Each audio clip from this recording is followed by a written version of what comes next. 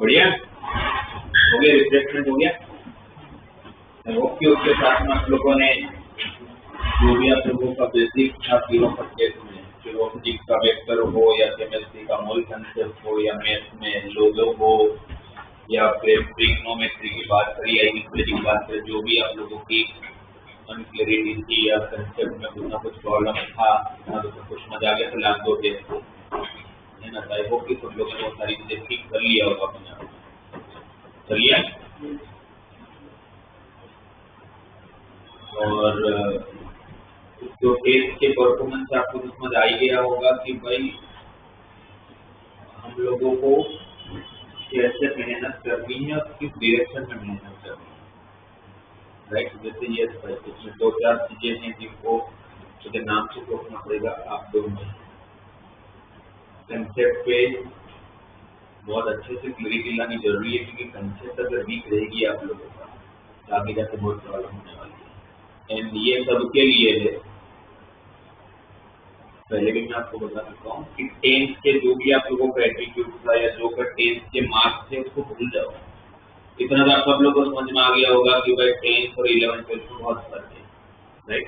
जो आप लोगों को बीच में ब्रेक मिलना तो मिल गया, अब आप लोगों को कोई ब्रेक नहीं मिलने वाला जब तक अब आप लोगों का एडमिशन नहीं हो जाता है। अब कोई ब्रेक नहीं आएगा, आप लोगों को ब्रेक कब आएगा? आप लोगों को एक ही ब्रेक आएगा बीच में, वो भी दिवाली का ब्रेक आएगा जो नॉर्मली 5-6 दिन का होता है। अब ये जो 2 वीक का आपको 15 दिन का ब्रेक मिला, वैसा ब्रेक वापस नहीं मिलेगा। वापस मिलेगा कब मिलेगा? नेक्स्ट में। तब तक आप लोग का सब कुछ खत्म हो गया होगा। हम लोग का मे का ब्रेक कब आता है? जब हमारी एडवांस की एग्जाम आती है। इस बार हम लोगों ने ब्रेक कब दिया? आप लोगों को 18 से ब्रेक दिया था, राइट, क्योंकि 17 को जनरली एडवांस की एग्जाम थी और वो आप लोग के लिए होता है। तो इसलिए आप मान के चलो कि अब आपको कोई ब्रेक नहीं मिलने वाले, जो ब्रेक था वो खत्म हो गया। जाते टाइम भी मैंने आपको बोला था कि 15 दिन जो आप लोग को मिल रहा है फिर लो, बट साथ साथ में आप लोगों का जो भी फंडामेंटली वीक है उसको ठीक कर लो, राइट। तो इसमें काफी सारे वैसे बच्चे हैं कि जो अभी भी ऐसा, मुझे ऐसा लगता है मे भी आप लोगों ने रियलाइज कर लिया और उसको ठीक करने की ट्राई करना चालू कर दिया हो, क्योंकि लगता है कि हम जैसे 10th में पढ़ते थे वैसे ही हम लोग पढ़ाई करेंगे तो हो जाएगा। पर इतना रियलाइज हो गया होगा दोस्तों की ऐसा तो नहीं होता है। बहुत फर्क है वो पढ़ाई और इस पढ़ाई में। अभी तक आप लोग जो पढ़ते थे तो बहुत मेमोराइजिंग पढ़ाई हुआ करती थी, फॉर्मूला याद कर लिया काम हो जाता था, और फॉर्मूला याद करने से कुछ भी नहीं होता है, तो उसको अप्लाई भी तो करना है ना। और सबसे मेजर बीच में अनवांटेडली कोई ब्रेक मत लेना, राइट। अगर बहुत जेन्युइन केस, और मेरी तो जेन्युइन केस एक ही होता है कि भाई आप लोगों में से अगर बीमार हो डॉक्टर नहीं बोलेंगे तो हॉस्पिटल में एडमिट होना पड़ेगा, वो जेन्युइन एक ही रीजन होता है। बाकी कोई फंक्शन, कोई भी एक्टिविटी, मतलब अगर आपका टाइम है स्पोर्ट्स, अगर आप कुछ खेलते हो उसके लिए अगर आप रोज की अगर 1 घंटा देते हो तो ये वर्थ है, मतलब ये रिफ्रेशमेंट का एक अच्छा तरीका है। बट वो मोबाइल पे या इंस्टा पे या सोशल मीडिया पे या रील में एक्टिवली पार्टिसिपेट करना और उसमें टाइम देना, हम काफी बच्चे होते हैं कि सर मैं तो खाना खाते टाइम टीवी देखता हूँ, फिर उसका खाना फिर 2 घंटे चलता है, तो फिर उसका कोई मतलब नहीं है और वो टाइम वेस्ट है, राइट। इसीलिए ब्रेक नहीं, क्योंकि एक बार ट्रैक से नीचे उतरोगे चढ़ना मुश्किल है, राइट। अब आज से आप लोगों की एक्सेल पढ़ाई चालू हो गया, अब तो बेस चल रहा था आप लोगों को, में से ये ट्राई करने का आपका फंडामेंटल स्ट्रॉन्ग हो जाए तो आगे पढ़ाई में आप लोगों को दिक्कत ना हो, राइट। और आप सब लोगों को यहाँ जितने भी बच्चे बैठे हैं सब लोगों ने कहीं ना कहीं ये तो सोच ही रखा हो कि उम्र 12 के बाद क्या करना है ना। सबके पास ये एक गोल होगा, विदाउट गोल तो आप पढ़ाई कैसे करोगे? मतलब आपको, मुझे अगर ये नहीं पता कि मुझे कहाँ जाना है तो फिर मैं क्या करूँ कि मैं हमेशा कंफ्यूज रहूंगा। जब तक मैं कंफ्यूज हूँ तब तक मैं सिंसियरली अपने गोल के लिए जो मेहनत करनी चाहिए, जो सिंसियरिटी दिखनी चाहिए, वो कभी नहीं दिखेगी। इसलिए अगर आप लोगों के किसी को भी यहाँ पर बैठा हुआ, किसी को भी अभी भी कुछ कंफ्यूजन है कि हमें आगे कैरियर किसमें चूज करना है या करना चाहिए, तो आप मुझे पर्सनली आके मिल लो, 10-15 मिनट, आधा घंटा, जितनी भी आपको जरूरत है, अपने बैठ के वो पहले डिसाइड कर लेते। तो वो क्लैरिटी अगर नहीं है आपके पास कि आपको क्या करना है, तो फिर आगे आप लोगों को मेहनत करने का आपका तरीका नहीं पता चलेगा, राइट। अच्छा, आप लोगों में से कितने, यहाँ पर ये जनरल क्वेश्चन है कि कितने लोगों को ऐसा है कि आफ्टर 12th हमें इंजीनियरिंग में जाना है, ब्रांच कोई भी हो, कितने लोगों को ऐसा है कि मुझे इंजीनियरिंग करना है?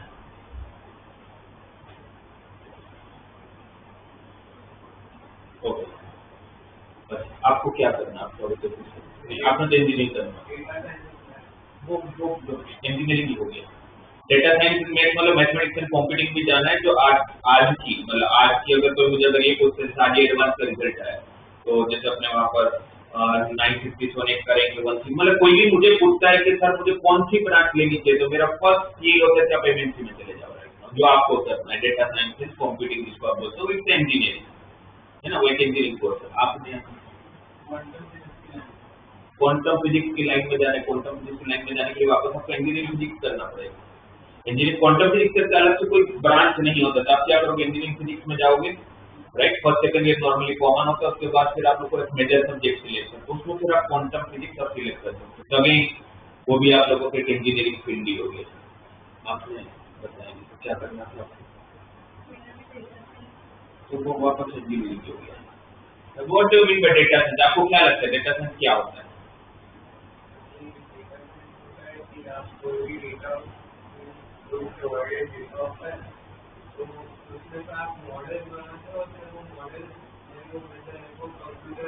तो वो with the help of the computer, with the help of the AI, ये जब बना तो उसको कोडिंग करना पड़ता है। आपने डेटा डाल दिया तो उसको कैसे पता चलेगा, कैसे सेग्रीगेट करना है? तो आप डालोगे ना कि ये फिल्टर मार्क भाई ये है तो मुझे ये करना है, इफ एंड देन के जो लूप्स चलते हैं, तो वो क्या हो गया, कोडिंग हो गया। कोडिंग मतलब क्या हो गया, कंप्यूटर साइंस हो गया, वो मतलब वही हो गया, इंजीनियरिंग हो गया। फिर उसमें बहुत अलग अलग मेजर मेजर फील्ड होते हैं, जैसे काफी लोग ऐसे कि मुझे एनिमेशन में जाना है, मुझे गेमिंग में जाना है ना, मुझे गेम खेलना तो सबको अच्छा लगता है, पर मुझे गेम बनाना भी अच्छा लगता है, राइट। किसी को एनिमेशन से, किसी को क्रिएटिविटी बहुत अच्छी लगती है, किसी को कोडिंग बहुत अच्छा लगता है। जैसे आप लोग को डेटा साइंस में जाना है, तो वो सारी इंजीनियरिंग फील्ड का ही एक पार्ट है कंप्यूटर साइंस का, है ना। उसमें फिर आपको बहुत सारा अलग अलग, जैसे आजकल एआई में बहुत अच्छा चल रहा है, जिसको हम लोग बोलते हैं आर्टिफिशियल मशीन लैंग्वेज, तो वो तो बात की बात है कि आपको कौन सी फील्ड में टाइम पर जाना चाहिए, कौन सी ब्रांच में जाना चाहिए, डिपेंड अपॉन की कहाँ पर आपको एडमिशन मिल रहा है, राइट। बिकॉज ये आपका प्रो के लिए मैं बोल सकता हूँ कि ब्रांच से ज्यादा मैटर करता है मेरी कॉलेज। मुझे अगर आईआईटी बॉम्बे का अगर सिविल इंजीनियरिंग मिलता हो और मुझे एसपीएनआईटी का कंप्यूटर साइंस मिलता हो, तो आंख बंद करके आईआईटी बॉम्बे का सिविल ले लेने का, कंप्यूटर साइंस छोड़ देने का। बिकॉज आपको अब वो डिग्री की कोई वैल्यू नहीं है ना। अब ये समझो कि भाई आज से अगर मैं 10 साल पहले की बात करूं तो मेरी डिग्री की वैल्यू हुआ करती थी, भाई मैं इंजीनियर हूँ, ये वैल्यू है। आज उस डिग्री की कोई वैल्यू नहीं जब तक आपका स्किल नहीं है। उस डिग्री को करोगे क्या जब तक आपका स्किल नहीं है? और स्किल आपको कहाँ से मिलेगा? कोई बुक तो स्किल नहीं सिखाएगा, बुक इस नॉलेज थोड़ी स्किल सिखाता है। स्किल कौन सिखाएगा? स्किल आपके आजू बाजू का एटमोस्फेयर सिखाएगा, और आजू बाजू का एटमोस्फेयर आपको कौन मिलेगा? तो महावीर कॉलेज थोड़ी ना आपको आजू बाजू को वो एक्सपोजर देगा। वो एक्सपोजर देने के लिए तो लोग वैसे होने चाहिए, प्रोफेसर ऐसे होने चाहिए, आपके एलुमनाई जो आते हैं वो वैसे होने चाहिए जहां से आपको कुछ नॉलेज मिले। तो उसके लिए बेस्ट है वो है आपकी college. First priority is always your college, second is your always branch, right. तो वो कहाँ पर मिलेगा एडमिशन, वो तो आपके मार्क्स और इन सब पे डिपेंड करता है। बट ऑलमोस्ट यहाँ पर हर बच्चे को कहीं ना कहीं इंजीनियरिंग की तरफ जाना है। आपने आर्किटेक्चर, ओके ठीक है। आर्किटेक्चर में आपने कुछ सोचा है कहाँ जाना है, कैसे करना है? वो नहीं पता आपको? पता है आर्किटेक्चर के लिए क्या करना पड़ता है? पर तो ये आपको सोचना चाहिए। मैंने ये सोच लिया कि मुझे आर्किटेक्चर करना है, मैंने सोच लिया मुझे बॉम्बे जाना है, बट मुझे नहीं पता बॉम्बे जाते कैसे, तो फिर मैं कौन से रास्ते पे दौड़ू, है ना। एक और जरूरी है कि आपको ये पता होना चाहिए कि अगर आपको आर्किटेक्चर करना है तो इंडिया की सबसे बेस्ट कॉलेज कौन सी है, उस कॉलेज में अगर मुझे जाना है तो मुझे एडमिशन कैसे मिलना है, राइट। मुझे कौन सी एग्जाम्स अपीयर करना है। बिकॉज अब आपको ये तो पता है कि भाई तुम्हारे सिर्फ बोर्ड के परसेंटेज पे कहीं एडमिशन नहीं मिलेगा। अगर मैं सीबीएसई या गुजरात बोर्ड में जो भी बोर्ड को आप लोग बिलोंग करते हो, तो आपको ऑल इंडिया रैंक 1 भी आ गए तो भी आपको कोई एडमिशन नहीं है। अनटिल एंड अनलेस आप लोग जो भी उसके जो भी जिस ब्रांच में जाना है, आप लोगों को जो फील्ड में जाना है, उसके लिए तो आपको एंट्रेंस एग्जाम नहीं क्रैक करोगे, और सिर्फ क्रैक नहीं करना है, अच्छे रैंक से आपको क्रैक करना है। क्योंकि अब ये जो जेडबलई जिसको आप बोलते हो, या फिर बायो वालों के लिए नीट होता है, या आर्किटेक्चर वाले के लिए नाटा होता है, या जेडबलई मेन्स का पेपर 2 होता है ना। उसमें पेपर 1 पेपर 2 होते हैं। Paper 1 is for engineering and paper 2 is for architecture, जिसको हम लोग बैचलर ऑफ आर्किटेक्चर बोलते हैं। तो ये सारी चीजों में आपको पास फेल जैसा कुछ होता ही नहीं है। जैसे बोर्ड में तो होता है कि आप पास हो आप फेल हो, एंट्रेंस एग्जाम में ऐसा कुछ होता है नहीं कि आप पास हो और आप फेल हो। राइट, आप सब पास हो। आपके आउट ऑफ 300 जेडब्ल्यू मेंस में अगर 290 आता है तो भी आप पास हो, और जिसके 90 आता है वो भी पास हो, और जिसके -20 आता है वो भी पास है। पास आ रहे हैं तो पास करने से कुछ होता ही नहीं। सब कुछ मैटर करता है आपका परसेंटाइल और आपका ऑल इंडिया रैंक, उसी के बेस पर आप लोगों को एडमिशन मिल जाएगा, राइट। और अभी तक तो आप लोग ने जेडब्ल्यू की एक ही एग्जाम दी है, वो भी हाफ ऑफ द क्वेश्चन दिए गए थे, जिसपे भी टाइम भी आप लोग को पूरा ही मिला था 3 घंटे। तभी तक शायद वो फीलिंग थोड़ी बहुत ही आई होगी, एक्चुअल में तब देना चालू करोगे टेस्ट तब आएगा। तो उस फर्स्ट टेस्ट से एटलीस्ट इतना रियलाइजेशन हुआ होगा कि भाई वहां पर कोई बुक नहीं है कि आपको बोल दिया जाएगा कि बुक से पूरा पेपर बनेगा, है ना। वहां पर तब जब फर्स्ट टाइम क्वेश्चन पेपर आएगा आपके सामने, जो भी एंट्रेंस एग्जाम आप अपियर करोगे, जैसे हम लोग क्या एंट्रेंस एग्जाम अपियर करेंगे, सब लोग जेडब्ल्यू तो देंगे ही देंगे, प्लस बीट सेट देंगे हम लोग। मैं मतलब वो मैं आप लोगों को बता दूंगा कौन कौन से आपको एंट्रेंस एग्जाम देनी चाहिए, राइट। तो कोई भी एंट्रेंस एग्जाम आप बैठोगे तो आपके सामने जब भी क्वेश्चन पेपर आएगा तो उसमें 90% क्वेश्चन आप उस दिन पहली बार देखने वाले, पहली बार 90% क्वेश्चन। और अगर एडवांस तक पहुंच ही जाओगे होप सो सब लोग, कि वहां तक पहुंचना बहुत बड़ी बात होती नहीं है। और जेडब्ल्यू एडवांस में जब आप पहुंचोगे और वहां पर तो मेंस में तो फिर भी चांसेस है कि एक आध क्वेश्चन रिपीट हो जाए, राइट। एडवांस में तो ये है कि भाई एक भी क्वेश्चन ना रिपीट हुआ ना रिपीट होगा। आज 1953 में फर्स्ट टाइम जेडब्ल्यू एडवांस की एग्जाम हुई थी। एडवांस किसके लिए होता है पता है कहाँ जाने के लिए? IIT, right. आईआईटी में जाने के लिए आईआईटी जब से खुला है, मतलब 1953 में फर्स्ट आईआईटी फ्री ओपन मतलब ओपन हुआ, राइट। आईआईटी खड़गपुर जब एक जेल बिल्डिंग में तब हमारे प्राइम मिनिस्टर जवाहरलाल नेहरू हुआ करते, तो उन्होंने उसका इनॉग्रेट किया था, राइट। तो 1950 से 2026 की भी एग्जाम हो गई, मतलब कितने साल हो गए? 53 से 26 लेंगे तो 63 64 ईयर्स हो गए, हाँ तो 68, तो 68 एग्जाम ऑलरेडी हो चुकी है आप लोगों की, और आज तक एक भी क्वेश्चन रिपीट नहीं हुआ। इतने सालों में पेपर में एक भी क्वेश्चन रिपीट नहीं हुआ। मुझे नहीं लगता कि आगे कोई होगा, इसलिए नहीं होगा क्योंकि उनको क्वेश्चन लेने कितने होते हैं पूरे पेपर में, फिक्स तो नहीं होता, इनको जो सरप्राइज ही होता है हर बार, बट ऑन एवरेज आप मान के चलिए 55 क्वेश्चन होते हैं एक पेपर, ऐसे 2 पेपर आपको देना होता है। 55 क्वेश्चन मीन 17-18 क्वेश्चन पर सब्जेक्ट, राइट।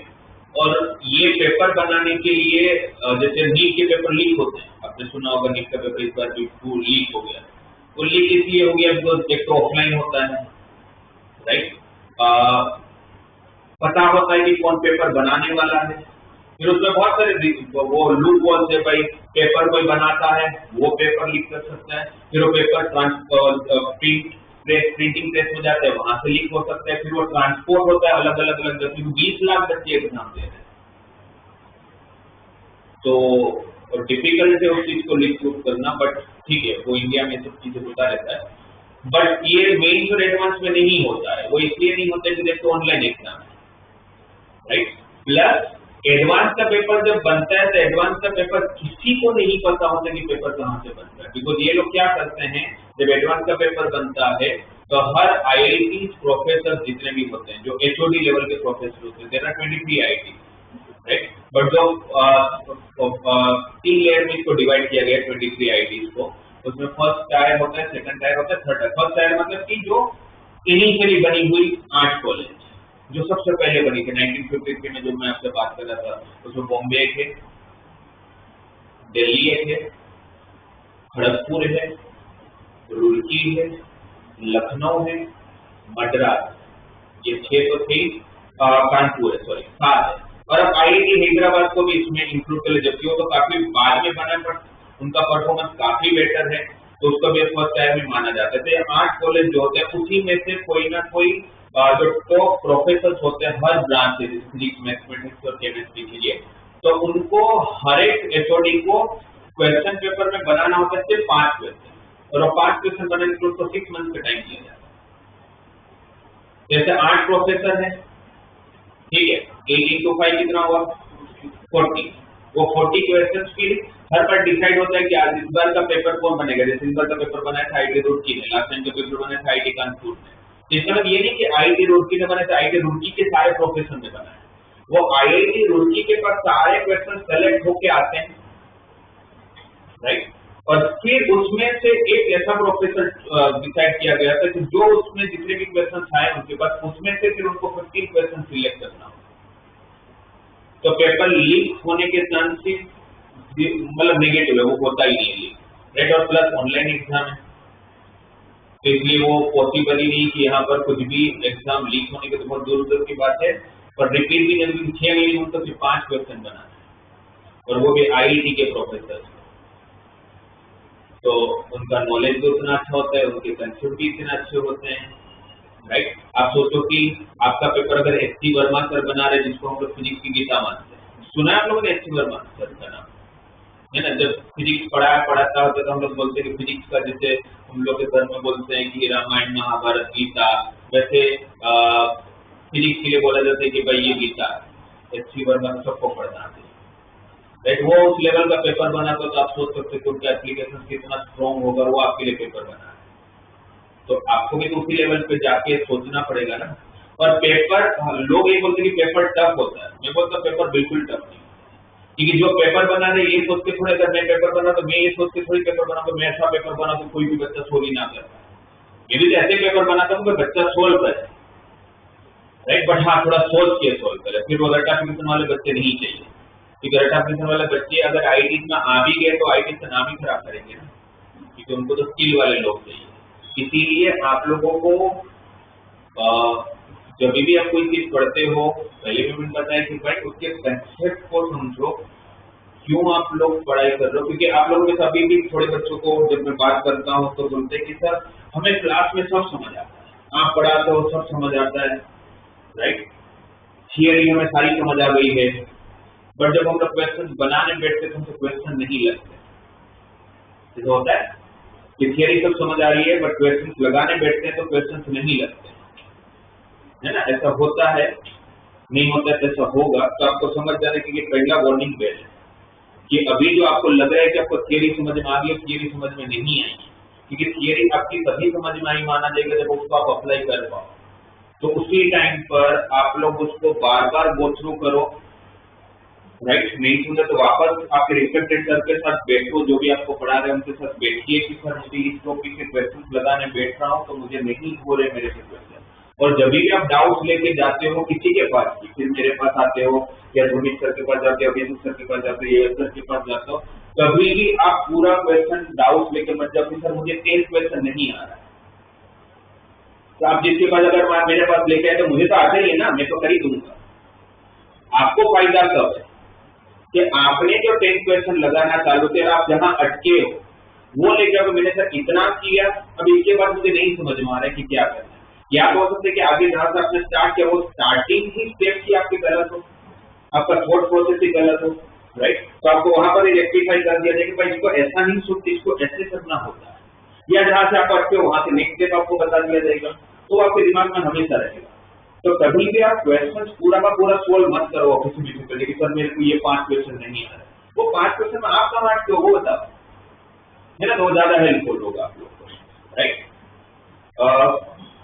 फिर जब आप लोग पढ़ाई करते हैं, फाइन, तो जब आप लोगों ने बताया कि आप लोगों को ऐसा लगता है कि मेरे को थियरी समझ आ रही है बट मेरे से क्वेश्चन नहीं लग रहा है, मुझे वो थियरी नहीं समझ में आएगी, है ना। तो वो उसको तुरंत ही रेक्टिफाई कर लेना बहुत जरूरी, उसको वैसा नहीं कि सर कल कर लेंगे परसों कर लेंगे। फिर टेस्ट जब आप देते हो, राइट, टेस्ट में अगर आपके कम मार्क्स आएंगे तो मैंने आपको पहले वार्न कर चुका कि पहले 1.5-2 महीना आप मार्क्स मत दो, क्योंकि आपको उस लेवल पे आने में टाइम लगने वाला है, राइट। 1.5-2 महीने 1.5-2 मंथ्स भी हो जाए तो उसके बाद भी अगर आपके मार्क्स में इंप्रूवमेंट नहीं हो रहा है तो फिर एक सोचने वाली बात है कि भाई कुछ तो दिक्कत, कुछ तो कंसेप्ट में प्रॉब्लम है, राइट। और जब हम क्या करते हैं कि सपोज मेरे फर्स्ट और सेकंड चैप्टर की टेस्ट हुई, मेरे कम मार्क्स आए, राइट। तो अब next test suppose third chapter की, तो आप क्या करोगे, पूरा फोकस इस पे करोगे, थर्ड टेस्ट पे लगाओ उसमें ना, मतलब थर्ड चैप्टर पे आप पूरा फोकस करो कि अब नेक्स्ट एक वीक के बाद थर्ड चैप्टर की टेस्ट है तो मैं पूरा वीक क्या करूंगा, थर्ड चैप्टर पढ़ रहा हूँ, right. And I am 100% sure कि थर्ड चैप्टर में आपको कम ही मार्क्स आएंगे। क्यों कम मार्क्स आएंगे? क्योंकि वो रिलेटेड टू किससे, फर्स्ट और सेकंड से है ना। जब तक आपका फर्स्ट और सेकंड क्लियर नहीं होता आपको थर्ड टेस्ट सिर्फ देने के लिए नहीं देना, या पेरेंट्स के प्रेशर या तो मेरे खुद के प्रेशर से भी आपको नहीं देना। अगर उसके लिए अगर प्रॉपरली अगर आप लोग अगर उसके लिए अगर आपको कॉन्फिडेंस नहीं है कि भाई मैं पूरी तरह से प्रिपेयर्ड हूँ उस टेस्ट के लिए, तब तक वो टेस्ट देने का सेंस नहीं है। इसलिए आपको हम लोग नॉर्मली वीक या 10 दिन या 15 दिन पहले, जैसे होता क्या है कि आप लोग जेजेबिलिटी टेस्ट लोगे ना, तो सिर्फ पेपर के पीछे आपका नेक्स्ट 15 दिन के बाद क्या टेस्ट हम लोग उसके टॉपिक लिख के आ जाता है। जैसे आपको 15 दिन पहले पता होता है कि मेरे को नेक्स्ट 15 दिन के बाद जो टेस्ट करने वाली वो टेस्ट किसकी आने वाली, तो उसकी प्रिपरेशन आप 15 दिन के अंदर करोगे। फाइन। और अगर आगे के टॉपिक अगर आपसे क्लियर नहीं है तो उसके बाद वाले मतलब अगर थर्ड फोर्थ जो भी चैप्टर आ रहे हैं उसको करने का कोई मतलब नहीं है। बहुत ही कनेक्टेड होने वाला हर सब्जेक्ट, इसलिए आपको हर टॉपिक पे ध्यान देना है। यहाँ पर आप ये नहीं सोच सकते कि चलो 9th 10th में तो कैसे होता है, ये चैप्टर नहीं आ रहा इसको चलो आप लोग मतलब छोड़ देते हैं, नेक्स्ट चैप्टर में चले जाते हैं। यहाँ पर ऐसा नहीं होने वाला। फाइन। तो अब जब भी आप लोग पढ़ाई करोगे कोई भी चैप्टर हम करेंगे तो आगे जो अभी भी आप लोग का हुआ है उसमें भी अभी भी किसी को अगर कोई डाउट है तो कल परसों जब भी हमारा बैकअप क्लास होता है तो आके आप लोग उस डाउट्स को क्लियर करो। बिकॉज सेकंड टेस्ट होने के बाद भी, जेडब्ल्यू की एग्जाम होने के बाद भी, जब इनके अभी 2 फंडामेंटल चैप्टर थे उसमें भी अच्छे मार्क्स नहीं आए।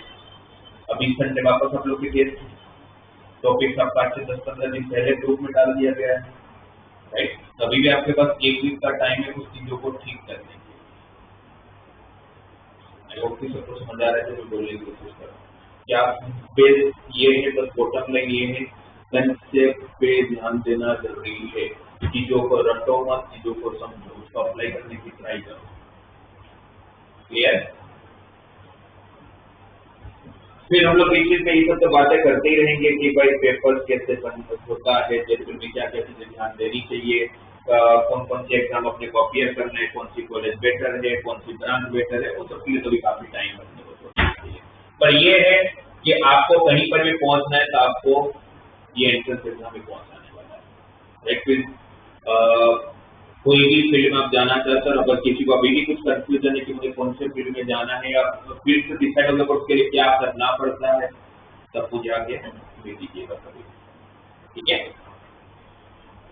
तो वापस अपने स्टार्ट करते हैं। अब एक्चुअल चैप्टर में आते हैं। अभी तक हमने क्या क्या पढ़ा देखा जाए तो आप लोग अगर एनसीईआरटी के हिसाब से देखा जाए तो एक ही चैप्टर देखा तो हो चुका है सेट किया, जब जो बहुत ईजी है, सेट किया तो सबका क्लियर होगा।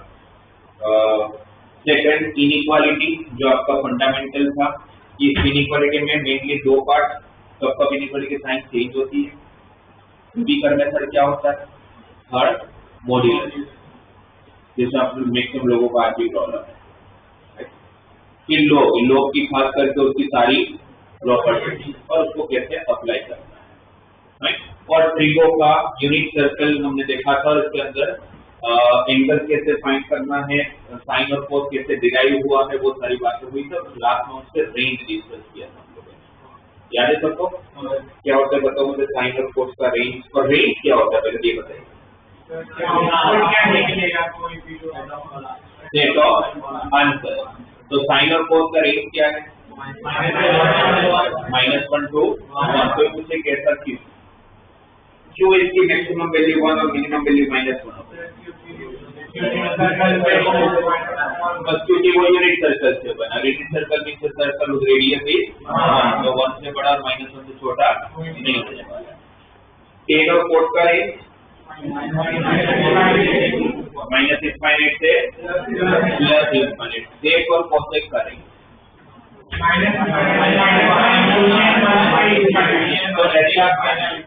ऐसा क्यों होता है कि साइन कोस का रेंज -1 से 1 है, बट सेक और कोसेक का रेंज -1 और 1 के बीच में? ठीक है, सही, क्योंकि वो रेसिप्रोकल करते हैं तो इनइक्वालिटी के साइन चेंज हो जाते हैं। जो पहले -1 और 1 के बीच में था, अगर वो साइन चेंज हो गया तो जो 1 से छोटा था और 1 से बड़ा हो जाएगा, जो -1 से बड़ा था -1 से छोटा हो जाएगा, है ना। मेन यही रीजन है, बराबर।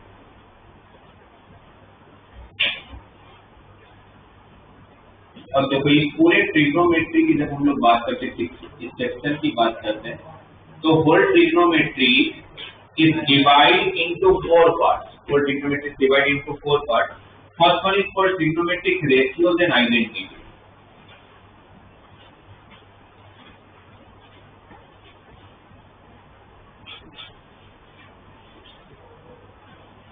ये आप लोगों का ट्रिग्नोमेट्री का फर्स्ट पार्ट है, ट्रिग्नोमेट्रिक रेशियोज एंड आइडेंटिटी। उसके बाद सेकंड पार्ट होता है trigonometric equation,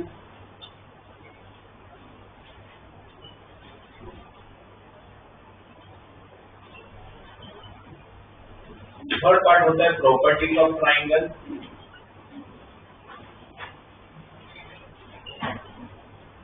and then fourth part होता है इनवर्स ट्रिग्नोमेट्री।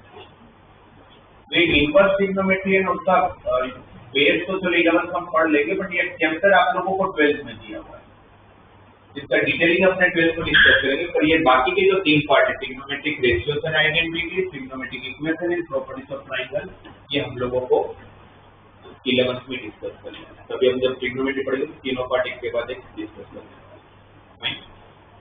अब ट्रिग्नोमेट्रिक रेशियोज एंड आइडेंटिटी, तो ट्रिग्नोमेट्रिक रेशियोज तो मतलब वही tan cos sec cos x, ratio of the sine and cos on tan।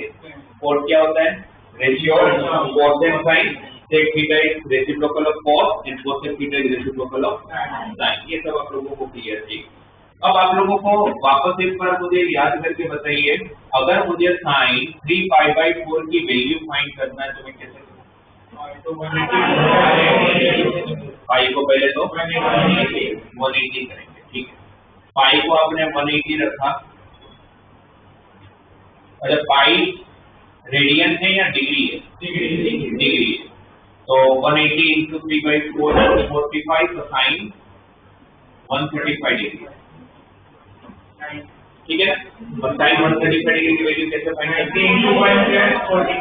90 to 145। मतलब क्या कंसेप्ट था कि इसको दो पार्ट में डिवाइड करेंगे। फर्स्ट पार्ट 90 का मल्टीपल होना चाहिए और सेकंड पार्ट कोई भी एक्यूट एंगल होना चाहिए, ठीक है। ओके, 90 का अगर ऑड मल्टीपल हो तो साइन का साइन रखना है। ट्रिग्नोमेट्री में कितने कॉम्प्लीमेंट्री बेस होते हैं? कौन कौन सा?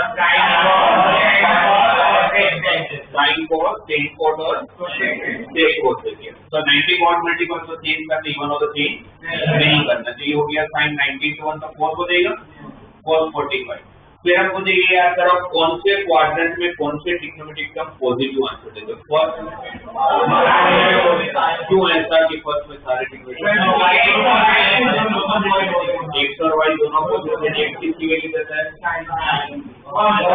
एक्स किसकी वैल्यू देता है? cos। वाई मतलब एक्स cos की वैल्यू क्यों देता है? साइन की क्यों? बेस होता है। बेस होता है, बिकॉज बेस किसकी वैल्यू देता है? cos। बिकॉज cos का भी फॉर्मूला क्या है? Base upon hypotenuse. और साइन क्या है? Perpendicular upon hypotenuse. और सेकंड में कौन कौन पॉजिटिव है? और में फोर्थ। तो ये 90 into 1 plus 45 में कौन से क्वाड्रेंट? सेकंड। 90 into 1 का प्लेस कहाँ होता है?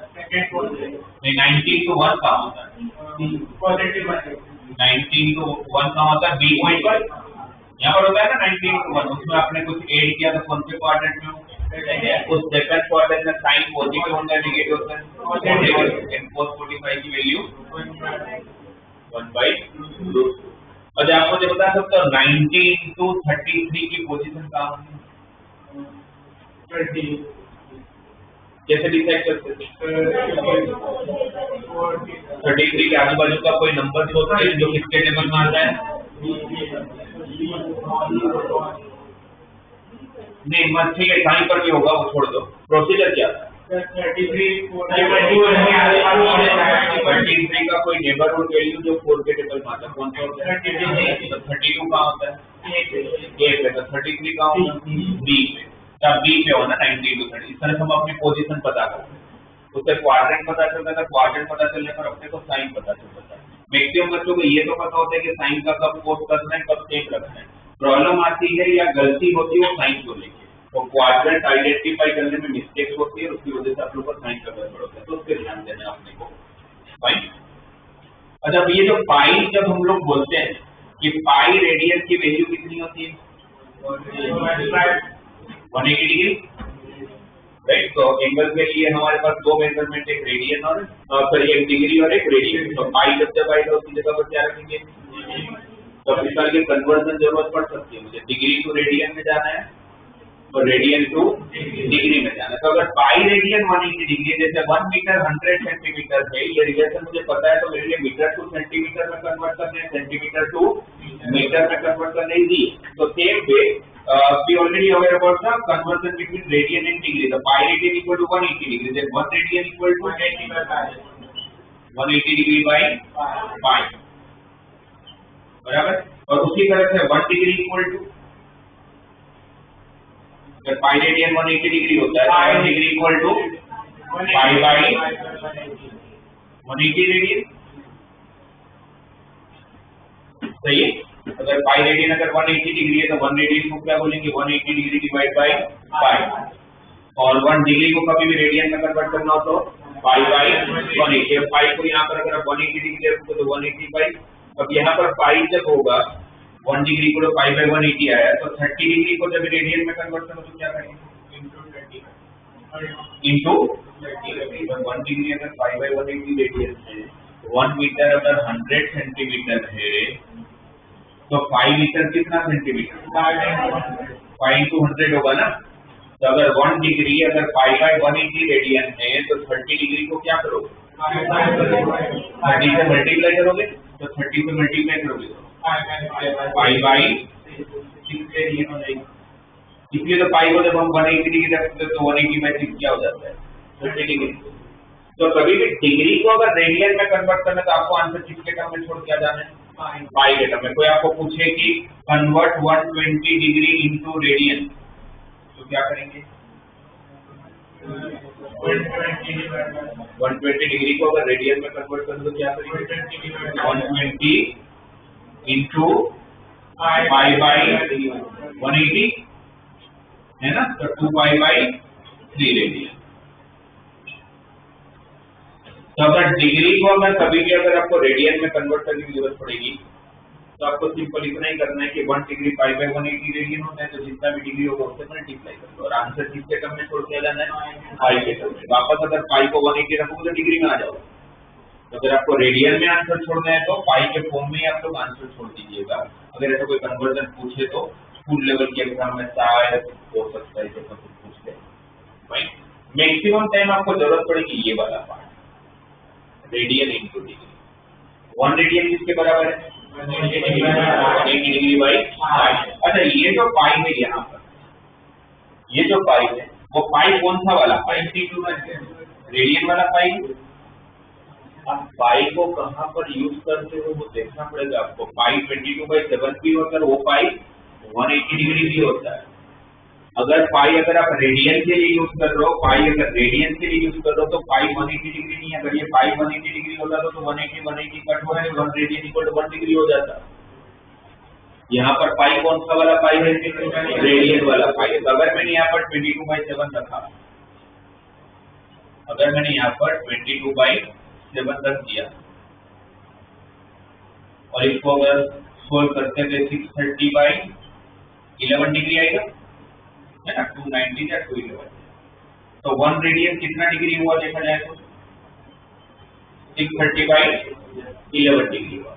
पर आप डिग्री में आंसर पॉइंट में लेके नहीं आ सकते, मतलब फ्रैक्शन में आप आंसर नहीं छोड़ सकते। अगर आपको कोई पूछे कि 1 रेडियन कितना डिग्री होता है तो मैं ये आंसर नहीं दूंगा कि 630/11 डिग्री होता है। क्यों नहीं दूंगा? वो इसलिए नहीं दे सकते, या इसलिए वो आप लोगों का वैलिड आंसर नहीं माना जाएगा, बिकॉज डिग्री से छोटा यूनिट होता है। 1 degree is equal to 60 minute. ये मिनट का सिंबल है जो ऊपर एक लाइन दिख रही है आप लोग। 1 डिग्री कितने मिनट होता है? 60 मिनट। और मिनट से छोटा यूनिट होता है second. 1 minute equal to 60 second. अगर ऐसे डबल लाइन मारा हुआ है तो इसका मतलब सेकंड का यूनिट है, वो सेकंड को रिप्रेजेंट करता है। डिग्री से छोटा यूनिट मिनट है, मिनट से छोटा यूनिट सेकंड। ठीक है, डिग्री से छोटा यूनिट होने की वजह से मैं अगर आंसर अगर ऐसे छोड़ के आ जाऊंगा तो एक गलत आंसर माना जाएगा। आंसर गलत नहीं है पर इसको आप सही वैलिड आंसर नहीं मान सकते कि उससे छोटे यूनिट है। तो हम करेंगे क्या? हम क्या करेंगे कि 630/11 को मिक्स फ्रैक्शन में कन्वर्ट कर देंगे। मिक्स फ्रैक्शन में तो कन्वर्ट करना चाहिए होगा तो 630 में 11 को जब आप मिक्स फ्रैक्शन में कन्वर्ट करोगे तो क्या होगा 11 5 जा 55 80 बचेगा 11 7 जा 77 3 बचेगा 57 बाई और इसको कैसे रीड करते हो आप लोग 57 इंटीजर 3 बाई 11 कैसे रीड करते हैं जैसे आप लोग कैसे पढ़ते हो इसको क्या रीड करोगे आपको लिखो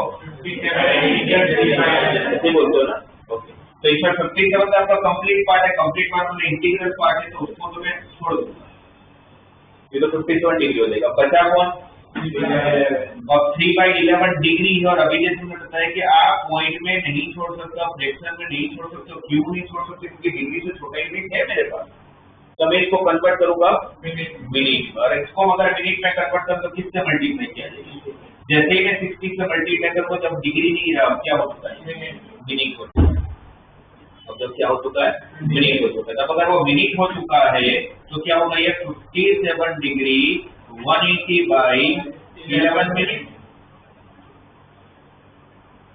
अब इस 180 बाई 11 तो वापस आप लोग सोल्व करिए मिक्स फ्रैक्शन में कन्वर्ट करिए तो क्या होगा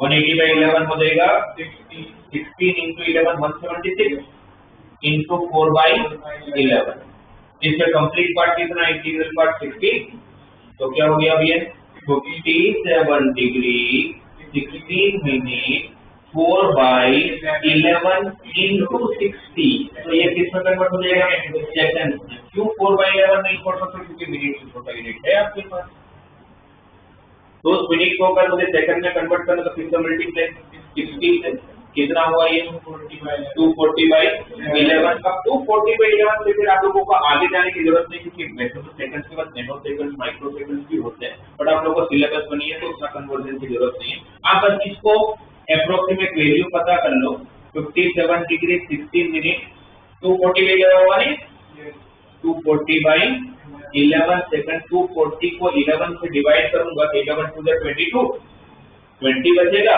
और 11 1 से 11 बट 21 पॉइंट कुछ आता होगा तो आप इसको अप्रोक्सीमेट 57 डिग्री 16 मिनट 22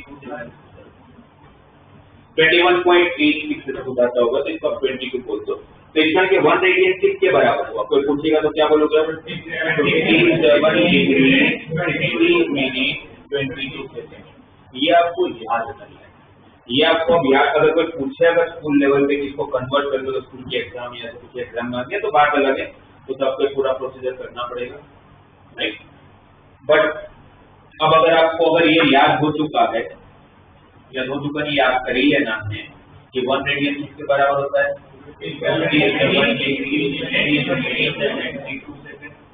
अब अगर मुझे पूछे कि 3 रेडियन क्या होता है अगर आपको पूरा सब्जेक्टिव अप्रोच दिखाना है तो फिर कैसे करेंगे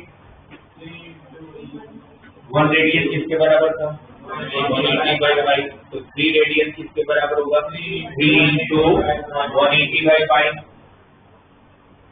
फिर वो पाई को वापस क्या लिखेंगे 22/7 है ना फिर वो सेम प्रोसीजर आप करोगे ये 11 ये 90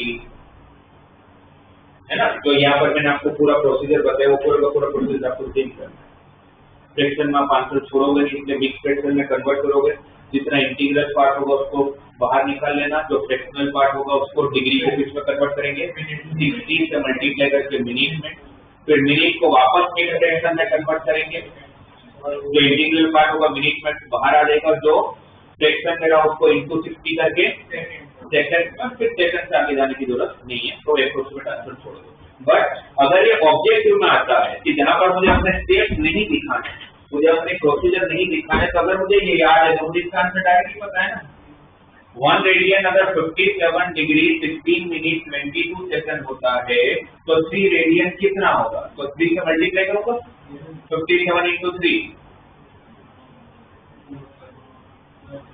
पहले तो 57 into 3 करूंगा तो 131 डिग्री 16 into 3 करूंगा 48 मिनट 22 into 3 करूंगा 66 सेकंड पर ध्यान रखना आपका सेकंड या मिनट 60 से बड़ा नहीं हो सकता क्यों क्योंकि हमें रिलेशन पता है कि 60 सेकंड हुआ तो क्या बन जाएगा 1 मिनट हो जाएगा यहाँ पर कितना सेकंड आया 66 को 2 पार्ट में डिवाइड कर लेते हैं 60 और तो 6 को अगर छोड़ा तो जो 60 सेकंड हुआ वो क्या बन गया होगा? 49 मिनट।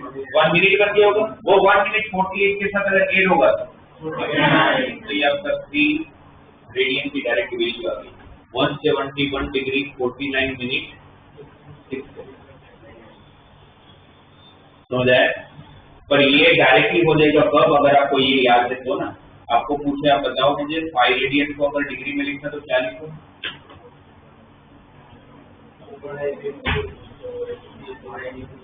कितना होगा? कितना होगा ये? 285 80 सेकंड 80 मिनट सॉरी 110 सेकंड। क्या मैं ऐसा आंसर छोड़ के आ सकता हूं? इसको क्या करोगे? तो क्या लिखूं? 50 सेकंड 50 सेकंड 81 मिनट 81 मिनट। ये समझ आया आपको? 81 मिनट कैसे आ गया? 60 सेकंड 1 डिग्री बन गया, सॉरी 1 मिनट बन गया। तो 1 मिनट एक इंक्रीज हुआ तो 80 मिनट का 81 मिनट हो गया। क्या ऐसा भी आंसर चलेगा? नहीं। तो क्या करेंगे? 286 डिग्री 21 मिनट 50 तो 5 रेडियन की वैल्यू कितनी हो गई? 286 डिग्री 21 मिनट 50 सेकंड। ये ठीक है? आपको बोला जाए आपके पास एक ट्राइंगल है, ट्राइंगल एबीसी, ठीक है? उस ट्राइंगल एबीसी का एंगल ए जो है वो 30 डिग्री का है, एंगल बी जो है वो 2 रेडियन का है। तो आपको एंगल सी पता करना है, कर सकते हो? तो करके मुझे क्या होगा? एक ट्राइंगल एबीसी है जिसका एंगल ए 30 डिग्री है, एंगल बी 2 रेडियन है और हमें एंगल सी पता करना है। करके तो मुझे क्या आएगा आंसर?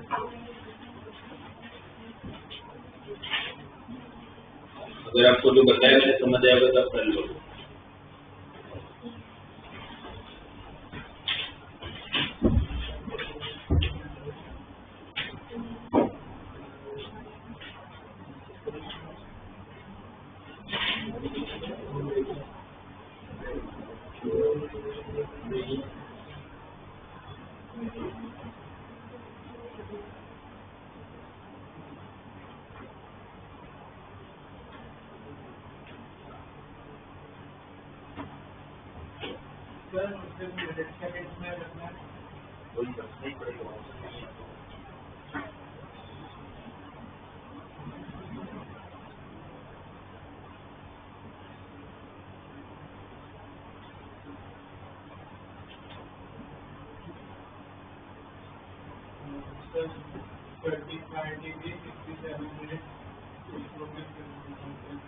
तो 36 डिग्री 7 मिनट और 36 सेकंड।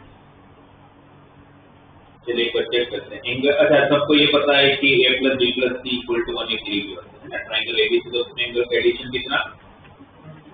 तो कैसे करोगे? Angle c is equal to 180 degree minus 30 degree minus 2 radian. फिर कैसे करेंगे, है ना? एक बार तो देखो यहाँ पर ध्यान दो, क्योंकि अभी तक नहीं है तो कुछ जरूरत पड़े तो यहाँ कर रहे हो। यहाँ पर एक बार चेक कर लो कैसे करेंगे। हमें ये पता है कि ट्राइंगल एबीसी की बात करें, कभी भी अगर मुझे दिया है कि ट्राइंगल एबीसी, तो ट्राइंगल एबीसी का मतलब कि इनडायरेक्टली हमें बोला गया कि a plus b plus c कितना होगा? 180 डिग्री। अगर मुझे एंगल सी फाइंड करना तो मैं 180 में से बाकी दोनों एंगल को सब्ट्रैक्ट कर लूंगा। 180 में से आपने 30 को माइनस किया, कितना हुआ? 150 डिग्री। पर 150 डिग्री में सब 2 रेडियन को माइनस नहीं कर सकते। क्या मीटर में से सेंटीमीटर माइनस होता है? नहीं होता। जब तक सेम यूनिट नहीं होगा तब तक नहीं कर सकते। तो हम क्या करेंगे? इस रेडियन को किसमें कन्वर्ट करेंगे? डिग्री मिनट में सेकंड में। 1 रेडियन किसके बराबर है? ये मुझे याद करना पड़ेगा। 1 radian equal to 57 degree 60 minute 22 second. उसको मैंने 2 से मल्टीप्लाई किया, कितना हो जाएगा? 114 डिग्री 32 मिनट 44 सेकंड। पहले तो whenever you have to convert radian into degree, आप बस इस रिलेशन को ध्यान में रखिए, इसको मल्टीप्लाई करें। बस ध्यान इतना रखना, मिनट या सेकंड 60 से बड़ा नहीं होगा। अगर 60 से बड़ा है तो इसको 2 पार्ट में डिवाइड करके कन्वर्ट कर लो। यहाँ पर वो इश्यू नहीं है, राइट? पर क्या मैं 150 डिग्री में से डायरेक्ट इसको माइनस कर सकता हूँ? नहीं कर सकता। तो वापस इसको आपको क्योंकि ये तो मिनट से छोटे यूनिट है, डिग्री और सेकंड, तो इसको भी आपको लिखना पड़ेगा डिग्री, मिनट और सेकंड। तो 150 डिग्री को कैसे लिखो? 150 डिग्री 0 मिनट 0 सेकंड। तो 0 में से फिर 30 को माइनस नहीं कर पाओगे ना आप,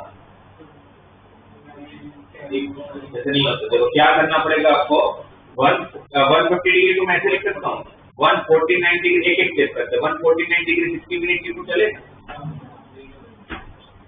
चलेगा 149 डिग्री 60 मिनट का मतलब 150 डिग्री हो जाएगा, क्योंकि 60 मिनट कितना होता है, वापस 150 डिग्री हो गया।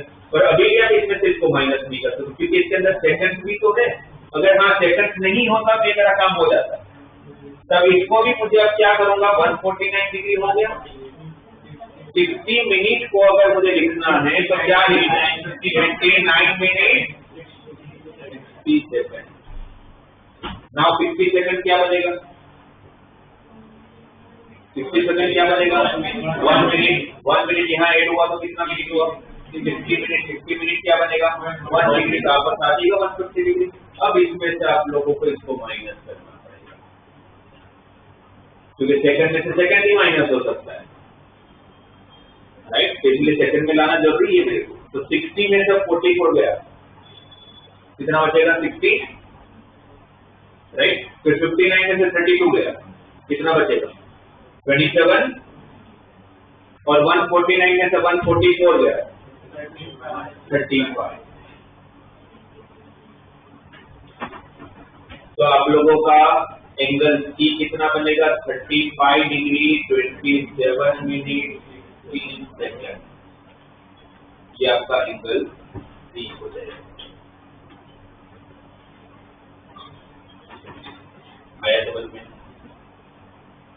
राइट। अगर आपको सेकंड को माइनस करना है तो फिर सामने भी सेकंड ही चाहिए, 6 यूनिट होगा तभी तो आप माइनस कर पाओगे, तो कैसे करोगे, क्लियर है।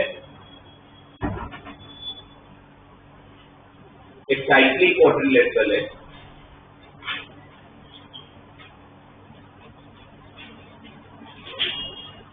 उस साइक्लिक क्वाड्रिलेटरल में एंगल ए जो है वो आप लोगों का 125 डिग्री है, और एंगल बी जो है वो 3 रेडियन है।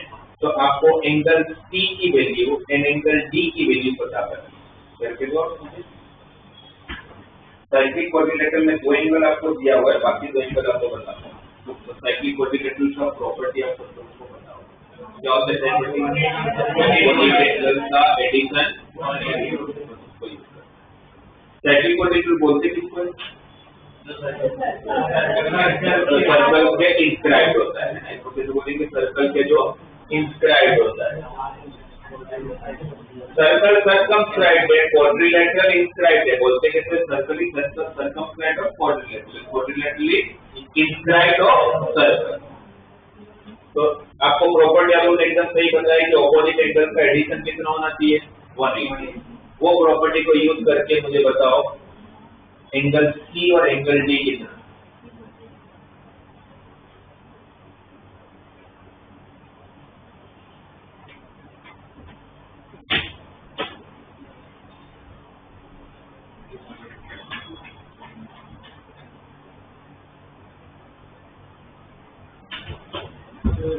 है 8 डिग्री 10 मिनट 54 सेकंड, सी है 55। एंगल डी कितना बताया, 8 डिग्री 10 मिनट 54 सेकंड।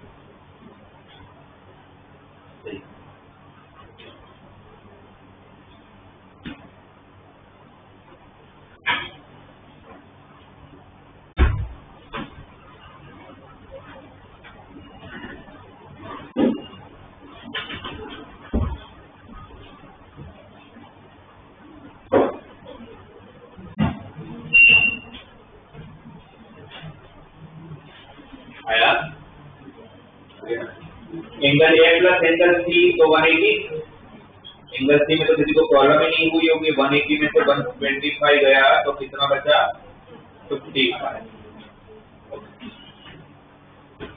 और angle D is equal to 180 degree minus 3 radian, 3 radian को अभी हमने कन्वर्ट किया था, क्या बना था 171 डिग्री 49 मिनट 6 सेकंड। अभी भी किसी को प्रॉब्लम है, एंगल डी को लिखेंगे कैसे? सॉरी 180 डिग्री को कैसे लिखोगे? 179 डिग्री 59 मिनट 60 सेकंड। क्लियर है ये सबको? प्रॉब्लम यहाँ, ठीक है ना? बाकी तो उसे माइनस कर ही दोगे तो 60 में से 6 जाएगा तो 54, 59 में से 49 जाएगा तो 10 और 129 में से 131 जाएगा तो 8। तो आपका एंगल डी हो जाएगा 8 डिग्री 10 मिनट 54। क्लियर है इतना? तो कोई प्रॉब्लम किसी को? क्या याद रखना है पूरे में? अगर कुछ ध्यान रखने देता है तो क्या 1 रेडियन की वैल्यू। और एक बार ये प्रोसीजर भी नोट डाउन कर लो कि अगर कोई सब्जेक्ट में अगर आपको लिखना पड़े या मेंशन करना पड़े तो कैसे आप लोग एक्सप्लेन करोगे, ठीक है? How to convert radian into degree. Title क्या मारोगे? Conversion from radian to degree और डिग्री टू रेडियन। अच्छा पूरे ठीक है, ये टाइटल लगा दीजिएगा, conversion of degree to radian और रेडियन टू डिग्री।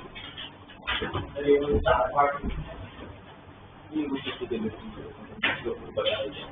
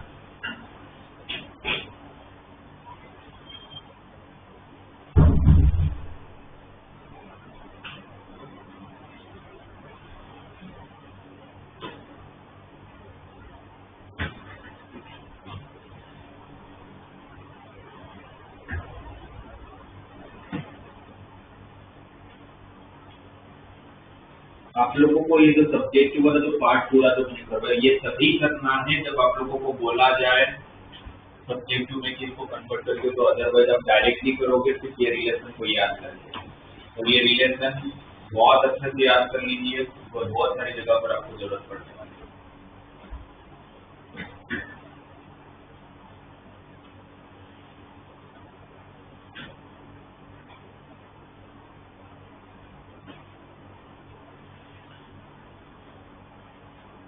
बहुत अच्छा।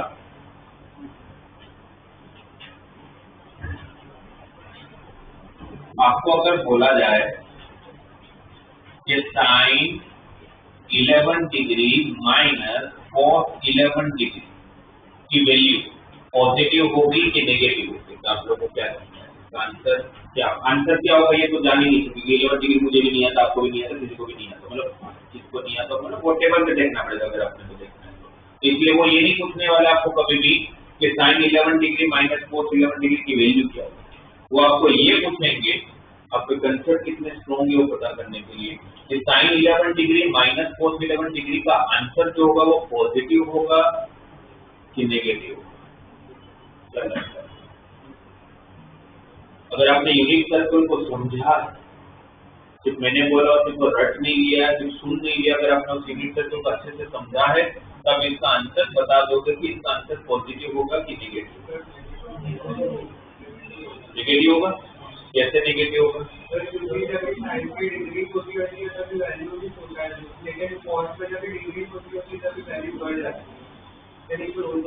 ये हमेशा होता है। अगर वो रीजन है तो फिर अगर मैं यहाँ पर बोलूँ कि sine 57 degree minus cos 57 degree का भी आंसर फिर नेगेटिव होना चाहिए।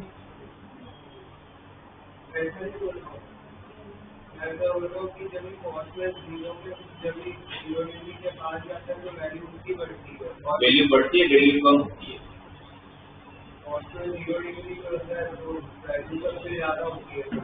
हाँ, मतलब तो जैसे आप एंगल इंक्रीज करते वैसे वैल्यू डिक्रीज होता है। जब अगर आप लोग इसको अगर यूनिट सर्कल को समझते हो, यहाँ पर 0 डिग्री, यहाँ पर 90 डिग्री। अच्छा, दो टर्मिनोलॉजी हम लोगों ने बीच में डिस्कस किया था आपके वेकेशन के पहले, इंक्रीजिंग फंक्शन और डिक्रीजिंग फंक्शन। ये मैंने आप लोगों को लॉग के टाइम पर बताया। लॉग कब डिक्रीज होता है? जब उसका बेस 0 से लेके 1 के बीच में होता है, और जब उसका बेस 1 से बड़ा होता है तो इंक्रीजिंग होता है। What do you mean by increasing function? मतलब ऐसा बोल सकता हूँ x अगर इंक्रीज करूंगा तो y भी इंक्रीज होगा। x मतलब इनपुट, y मतलब डोमेन इंक्रीज होगा तो रेंज भी इंक्रीज होगा। डोमेन डिक्रीज होगा मतलब सेम रिलेशन होगा किसके बीच में? इनपुट एंड आउटपुट के बीच में। उसको कौन सा फंक्शन बोलते हैं? इंक्रीजिंग। डिक्रीजिंग में क्या होता है? उल्टा, इनपुट बढ़ाते जा रहा हूँ, आउटपुट कम होते जा रहा है। इनपुट कम कर रहा हूँ, आउटपुट बढ़ जा रहा है। जब इनवर्स रिलेशन होता है ना, x को इंक्रीज करने पर y डिक्रीज होता है या x को डिक्रीज करने पर y इंक्रीज होता है। तब मुझे बताइए यहाँ पर आपके पास पॉइंट कौन सा था? 1,0। यहाँ पर पॉइंट कौन सा था? 0,1। कोस की वैल्यू कितनी थी यहाँ पर? तो आपने एंगल को इंक्रीज किया और आपकी वैल्यू डिक्रीज हुई। तो फर्स्ट क्वाड्रेंट में कोस इंक्रीजिंग फंक्शन या डिक्रीजिंग फंक्शन है। फर्स्ट क्वाड्रेंट में कोस क्या होता है? अगर कोस की बात करें, कोस एक्स की बात करें, तो फर्स्ट क्वाड्रेंट में कोस के अच्छा उल्टा एरो मार रहा हूँ, मतलब ये डिक्रीज हो रहा है। इसका मतलब कि एक्स को इंक्रीज किया, वैल्यू डिक्रीज हुई। यहाँ पर आप कहाँ पर थे? 0 पे। कहाँ थे? एंगल से इंक्रीज हो रहे हैं। एंगल तो मैं इंक्रीज करते जा रहा हूँ जैसे से आगे बढ़ रहा हूँ, तो मेरा कोस की वैल्यू वापस डिक्रीज हुआ। तो सेकंड क्वाड्रेंट में भी कोस डिक्रीज होता है। थर्ड क्वाड्रेंट यहाँ पर आप 270 डिग्री पर पहुंच गए। 180 पे थे, 270 पे पहुंच गया। आपने एंगल को इंक्रीज किया, वैल्यू इंक्रीज हुआ। तो एंगल इंक्रीज करने पर वैल्यू भी इंक्रीज हुआ। तो यहाँ पर कोस इंक्रीजिंग फंक्शन फिर वापस 270 से 360 पे पहुंचे, एंगल इंक्रीज ही हो रहा है बट वैल्यू भी। तो फर्स्ट और सेकंड में कॉस क्या होता है? डिक्रीज। कोई पूछे कि कॉस कौन कौन से क्वाड्रेंट में डिक्रीज होता है, तो फर्स्ट सेकंड में डिक्रीज होता है, थर्ड फोर्थ में इंक्रीज होता है। उसको याद नहीं रखना चाहिए, यूनिट सर्कल से कैसे ही पता चलता है। और उसके सामने अगर साइन एक्स की बात करें तो साइन एक्स फर्स्ट क्वाड्रेंट में इंक्रीज है ना, 1,0 से आप कहाँ पहुंचे? 0,1 पे। वैल्यू एंगल तो इंक्रीज कर ही रहा हूं मैं, बट मेरी वैल्यू भी इंक्रीज हो रही है। सेकंड क्वाड्रेंट, अब बताओ क्या होगा? साइन की डिक्रीज। थर्ड क्वाड्रेंट में इंक्रीज, 0 पे था -1 पे गए, डिक्रीज हुआ। फिर आप -1 पे थे, 0 पे गए, तो साइन फर्स्ट और फोर्थ में इंक्रीज होता है बट सेकंड और थर्ड में डिक्रीज होता है। ठीक है, सेकंड का पूछा जाएगा तो किसका रेसिप्रोकल करने का मतलब क्या कि जहाँ पर फोर्स इंक्रीज हो रहा है वहाँ पर डिक्रीज, यहाँ पर डिक्रीज था तो सेक यहाँ पर इंक्रीज था तो डिक्रीज, और कोसेक इसका रेसिप्रोकल है, ये जहाँ इंक्रीज होगा तो वहाँ पर वो डिक्रीज। अब टेन और कोट, तो टेन और कोट आप यूनिट सर्कल से नहीं बोल सकते हो। क्यों नहीं बोल सकते? Tan and cot unit circle से थोड़ी बने, तो फिर साइन और कोस बना है। और टेन की वैल्यू इनफाइनाइट तक भी जाती है, टेन 90 डिग्री की वैल्यू कितनी होती है? 1/0 तो अनडिफाइंड हो जाएगा, राइट। या तो फिर टेन और कोट में जो होता है उसको बस ध्यान रख लो, ग्राफ से ज्यादा समझ आएगा। ग्राफ जो डिस्कस करेंगे, ten is always increase, ten is always an increasing. अगर टेन अगर ऑलवेज इंक्रीज होता तो कोट ऑलवेज डिक्रीज, क्योंकि उसी का रेसिप्रोकल है। ठीक है, तो कौन से क्वाड्रेंट में कौन इंक्रीज कौन डिक्रीज आप यूनिट सर्कल से बहुत आराम से जान सकते हो। बस टेन और कोट में ध्यान रखना है कि टेन हमेशा इंक्रीज होता है, कोट हमेशा डिक्रीज होता है। अब हमारे क्वेश्चन पे आते हैं। मैंने आपको क्वेश्चन पूछा था sine 11 degree minus cos 11 degree की वैल्यू पॉजिटिव होगा कि नेगेटिव होगा। कोस जब 0 डिग्री पर था तो कोस की वैल्यू 1 थी, जैसे बोल सकते हैं कि जब 0 डिग्री की बात करें तो कोस यहाँ पर है 1 पे और साइन उस टाइम पर 0 पे, एंगल दोनों का सेम।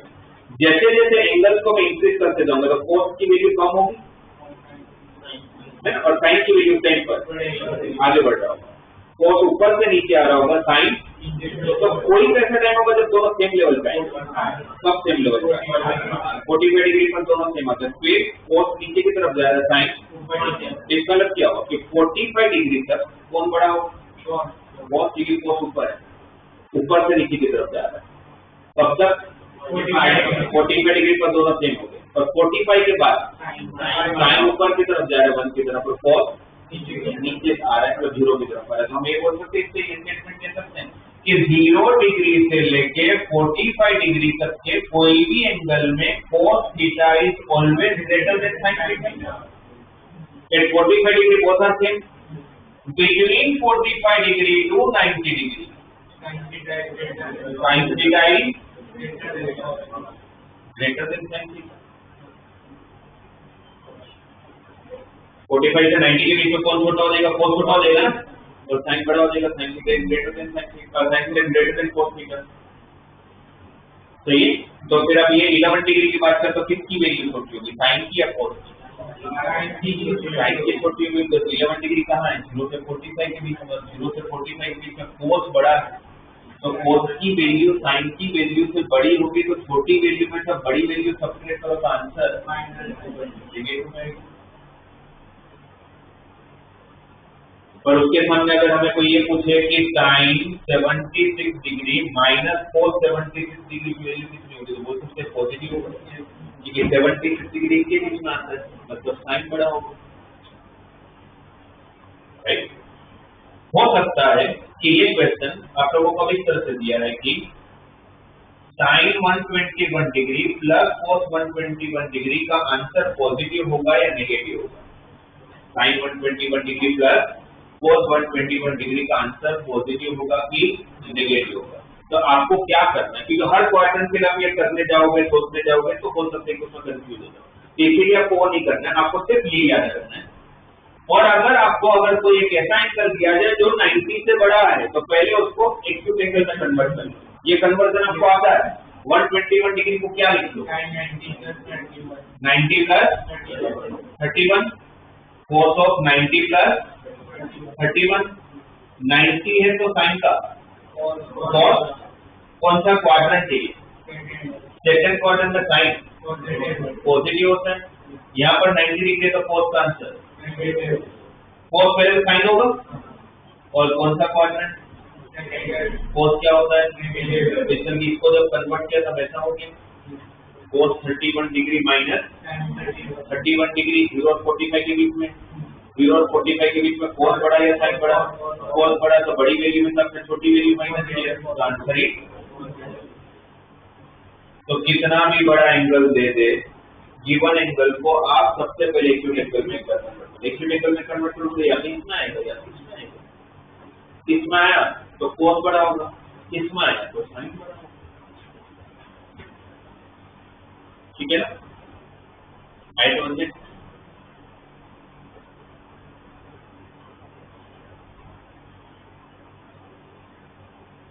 tan 1 माइनस cos 1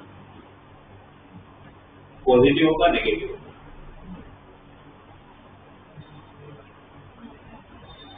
जो यहाँ पर 1 लिखा है वो डिग्री नहीं है। अगर ये डिग्री होता तो डिग्री का सिंबल होता है, हमें तो ध्यान रखो। यहाँ पर अगर नॉर्मल 1 लिखा है तो it's not degree, it's radian. अगर 1 लिखा, अगर डिग्री में लिखना हो तो 1 डिग्री लिखते। जैसे मैं यहाँ पर लिखता हूँ तो मैं लिखता हूँ 11 डिग्री। मैं अगर सिर्फ 11 लिखता तो डिग्री नहीं है, वो 11 रेडियन है। तो अगर मैं यहाँ पर 1 लिख रहा हूँ तो ये कौन है? 1 रेडियन। तो first of all convert this radian into degree, और वो हमने याद कर लिया। 1 रेडियन कितना है? तो मतलब ये आपको इनडायरेक्टली ये पूछ रहे हैं कि tan 57 डिग्री 16 मिनट 22 सेकंड में से अगर आप लोग cos 57 डिग्री 16 मिनट 22 सेकंड को माइनस करोगे तो आपका आंसर पॉजिटिव होगा या नेगेटिव? सॉरी, cos है।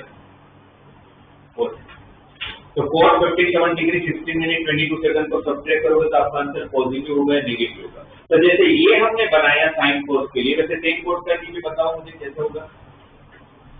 पहले कौन बड़ा होता है? tan 0 डिग्री की वैल्यू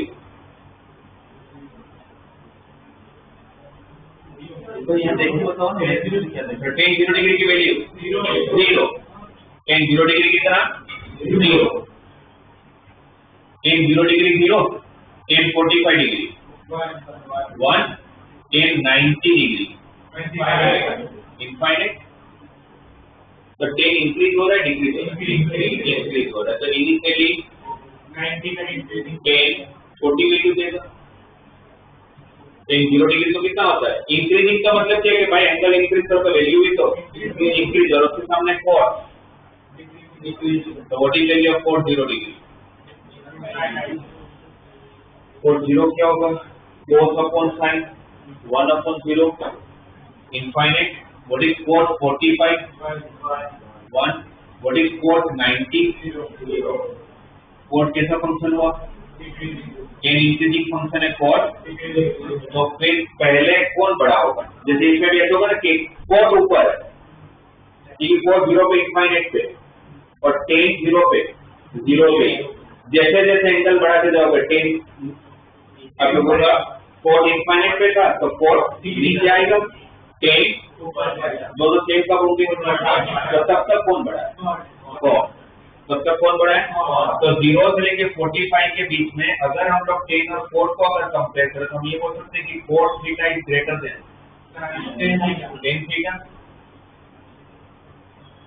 राइट। और 45 में दोनों इक्वल। 45 के बाद क्योंकि tan इनफाइनाइट की तरफ गया, cos 0 की तरफ आया, तो 45 से 90 के बीच में cos theta is less than tan theta.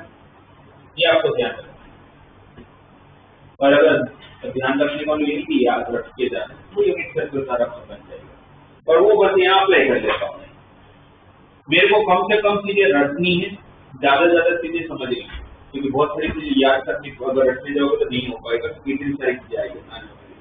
इसीलिए कंसेप्चुअली जाते हैं कि मुझे पूछा जाए tan 1 माइनस cot 1 का आंसर पॉजिटिव होगा नेगेटिव होगा, मैंने रेडियन को डिग्री में कन्वर्ट किया तो 57 डिग्री है, तो अप्रोक्स 57 डिग्री है। 57 इसके बीच में आएगा और इसके बीच में कौन बड़ा हुआ है, tan। तब बड़ी वैल्यू में से छोटी वैल्यू आंसर।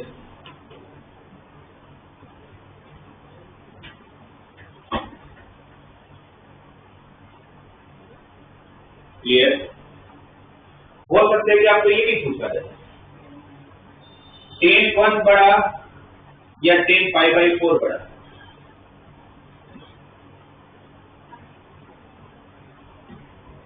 तो क्या होगा? मेरे को डायरेक्ट आंसर बताओ, tan 1 बड़ा या tan π/4 बड़ा? tan 1 बड़ा, सही। ठीक है, 1 कौन है? Radian.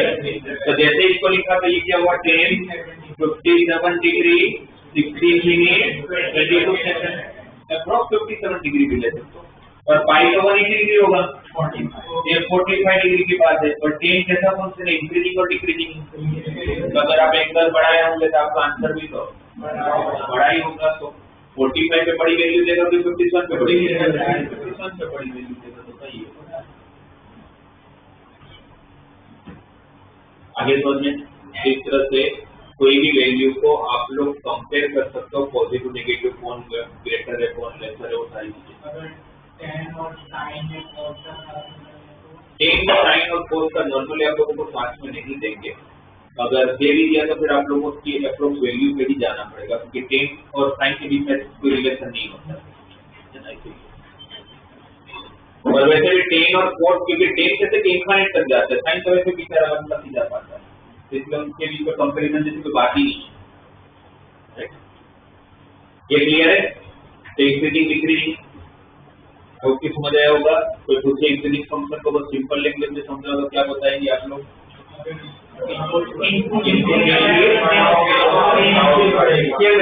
Basically input increase output भी इंक्रीज, इनपुट डिक्रीज और डिक्रीजिंग उल्टा है ना। इनपुट इंक्रीज किया आउटपुट डिक्रीज हुआ, इनपुट डिक्रीज किया आउटपुट इंक्रीज। इसका इनइक्वालिटी में कैसे यूज करें, इंक्रीजिंग डिक्रीजिंग कैसे यूज करोगे? इस चीज को अगर मुझे इनइक्वालिटी में जरूरत पड़े, इंक्रीजिंग फंक्शन होगा तो इनइक्वालिटी को फर्क नहीं पड़ेगा, लेकिन राइट। अगर इंक्रीजिंग फंक्शन को मैं अप्लाई करूंगा या हटाऊंगा, मेरी इनइक्वालिटी के साइन को फर्क नहीं पड़ेगा। ऐसे होगा ना, अगर आपको कोई बोले कि 30 डिग्री 45 से छोटा होता है तो इसको तो मानते ही है, 30 डिग्री तो 45 से छोटा होता है। अब मैं अगर दोनों तरफ साइन अप्लाई करूंगा तो मेरी इनइक्वालिटी चेंज होगी या सेम रहेगी?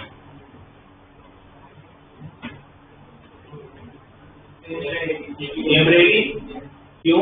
क्योंकि साइन फर्स्ट क्वाड्रेंट में इंक्रीजिंग फंक्शन है।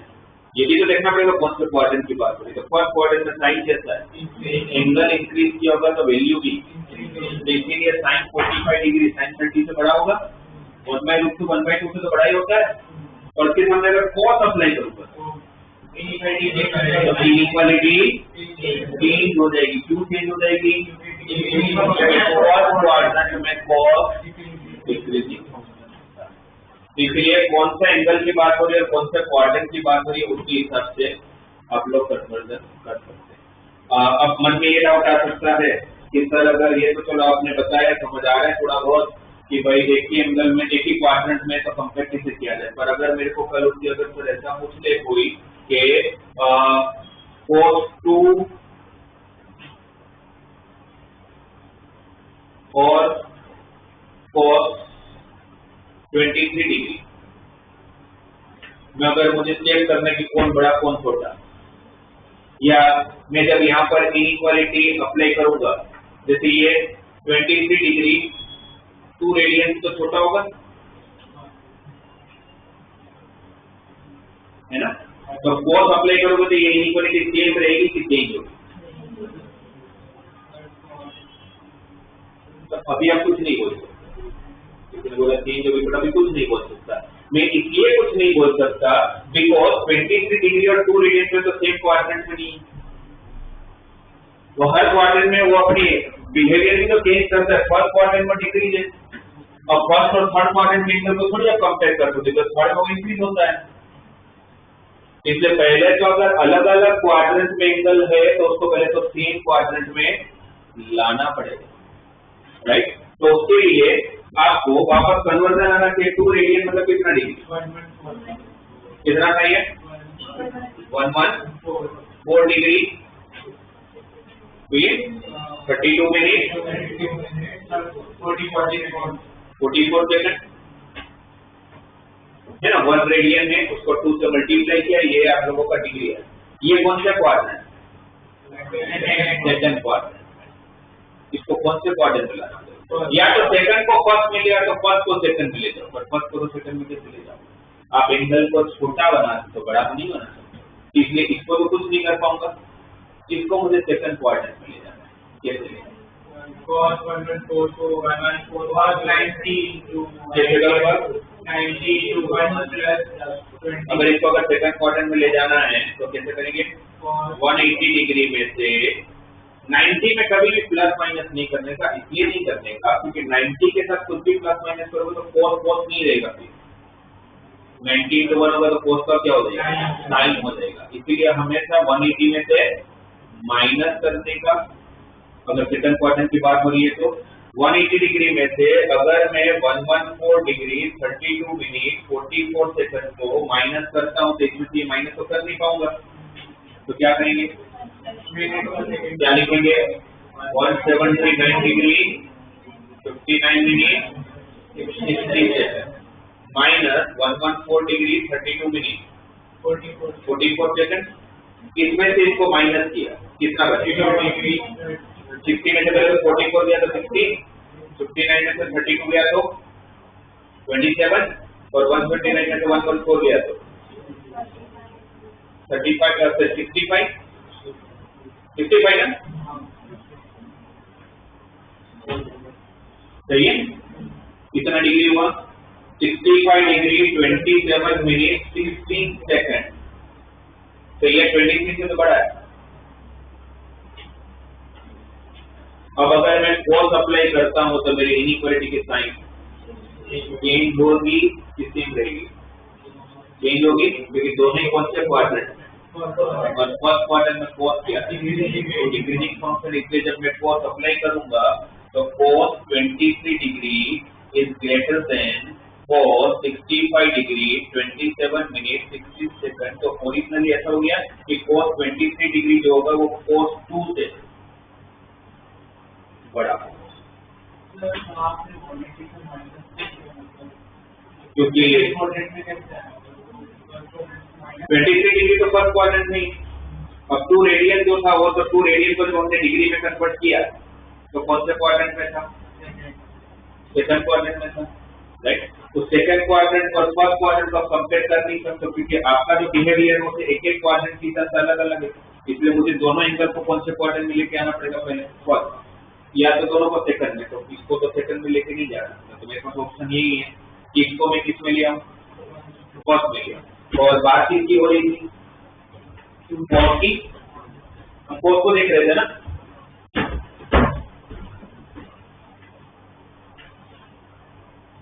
तो मुझे कंपेयर करना था कि cos और 23 डिग्री और cos 2 रेडियन। तो 2 रेडियन को जब हमने डिग्री में लिखा तो क्या है, 114 डिग्री 32 मिनट 44 सेकंड। और मुझे इसको ले जाना था फर्स्ट क्वाड्रेंट। अगर इसको मुझे फर्स्ट क्वाड्रेंट में ले जाना तो मेरे पास 2 ऑप्शन था, 90 में कुछ ऐड करके भी लेके जा सकता हूँ और 180 में से। अगर 90 में कुछ ऐड करोगे 90 प्लस समथिंग तो फिर cos नहीं रहेगा ना, वो क्या हो जाएगा, साइन हो जाएगा। 90 into 180, इसलिए आपको तो cos को कंपेयर करना है, इसलिए मैंने 180 में से माइनस किया। ठीक है, 180 क्या होता है, 90 into 2, तो इवन मल्टीपल होगा तो cos का cos मिलेगा। तो ये बस ये बताने की आपको कोशिश कर रहा हूँ कि अगर कभी भी मुझे कोई दो वैल्यू को कंपेयर करना है, कौन बड़ा कौन छोटा, आंसर पॉजिटिव आएगा नेगेटिव आएगा, तो इंक्रीजिंग डिक्रीजिंग का जो कंसेप्ट होता है, उसका जो बिहेवियर है, उसके कंसेप्ट से आप लोग उसको बता सकते हैं। क्लियर? किसी को डाउट?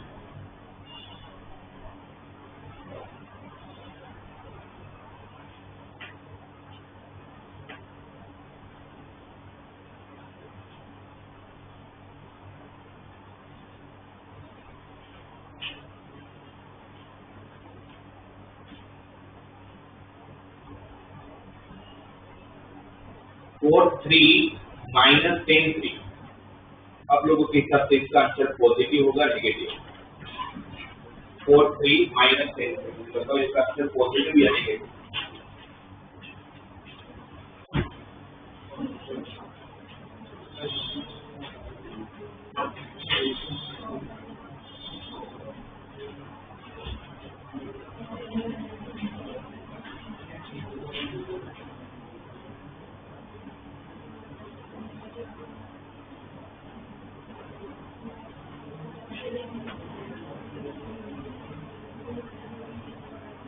क्या होगा? पॉजिटिव होगा नेगेटिव होगा? पॉजिटिव होगा, नेगेटिव होगा? 3 रेडियन, ये रेडियन है ना, ये डिग्री है, रेडियन। तो 3 रेडियन को किसमें कन्वर्ट करोगे? डिग्री में। 3 रेडियन को डिग्री में कन्वर्ट करोगे, अप्रोक्स कितना है ना, वो पूरा मैंने 1 सेकंड में नहीं भी जाता तो चलेगा, आपको तो बेसिक वो बताना है कि पॉजिटिव नेगेटिव, तो मैं अप्रोक्स आंसर भी ले लेते तो 171। तो हमें बेसिकली 171 डिग्री के लिए कंपेयर करना है। और मैंने आप लोगों को क्या बताया पहले? सेम क्वाड्रेंट, एक क्वाड्रेंट, फर्स्ट क्वाड्रेंट। ऐसे क्वेश्चन में आपको कहाँ ले जाना है सबको?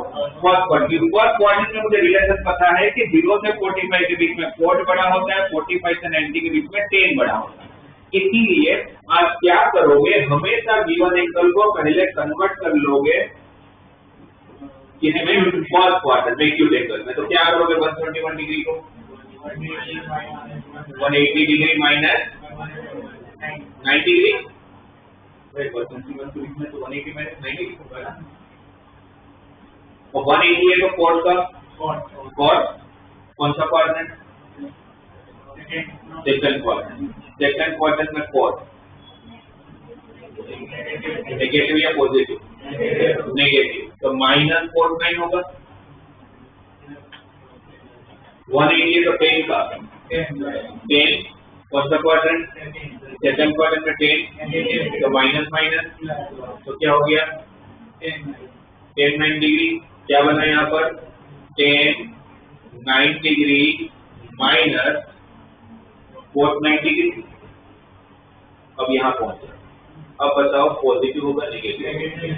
देखिए 9 डिग्री 0 और 45 के बीच में, और 4 10 से बड़ा होता है, तो 40 वैल्यू से बड़ी वैल्यू सबट्रैक्ट करना।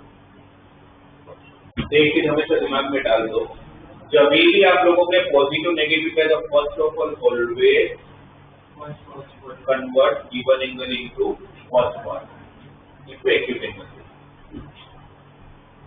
ठीक है?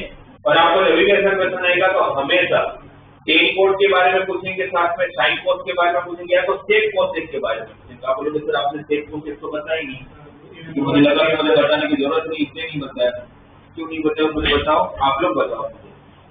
टाइम जहाँ पे इंक्रीजिंग फंक्शन है वहाँ पे कौन सा डिक्रीजिंग होगा? तो 0 और 45 के बीच में कोसेक बड़ा होगा, क्योंकि कोसेक क्या है? Reciprocal of sine. कोस क्या है? सॉरी सेक क्या है? इसको जैसे रेसिप्रोकल करो तो इक्वलिटी की साइन, तो फिर कौन बड़ा हो जाएगा? कोसेक थीटा सेक थीटा से बड़ा होगा, बड़ा होगा ना। रेसिप्रोकल करते ही इक्वलिटी की साइन चेंज होगी, और यहाँ पर 45 से 90 के बीच में sec theta is greater than. बस फर्स्ट क्वाड्रेंट में लेके आ जाइए एक बार। बाकी आप लोगों को बस ये रिलेशन एक ध्यान में रखना है, और रिलेशन याद नहीं रखोगे सिर्फ ये यूनिट सर्कल को समझ लोगे तो वहां से ये बन जाएगा। क्लियर? बट अभी आप लोग बस ये नोट डाउन कर लो इंक्रीजिंग डिक्रीजिंग कहाँ होता है, तो इन पर जब भी रीड करोगे तब पता चलेगा कौन सा साइन के लिए बचना है। ये तो सबको आइडिया है ना, नहीं आइडिया तो ये भी एक बार लिख लो।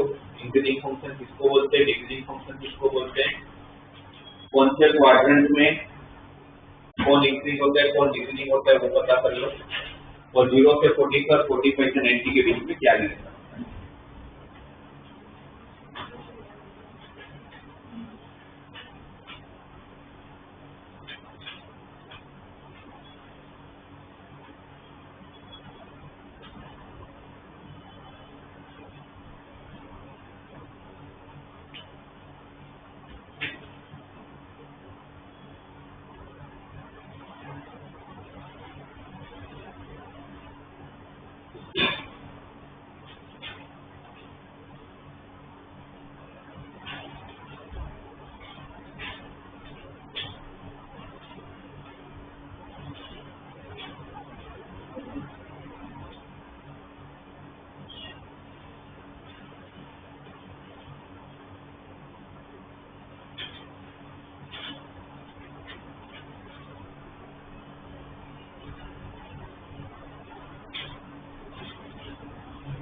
आज जो भी हमने डिस्कस किया उसी के बेस पर एक आप लोगों का 10-15 क्वेश्चन से छोटा सा असाइनमेंट इसमें नहीं है मॉड्यूल में, वो आप जाओगे तो आपको मिल जाएगा, वो बस आप लोग नेक्स्ट क्लास में करके आना।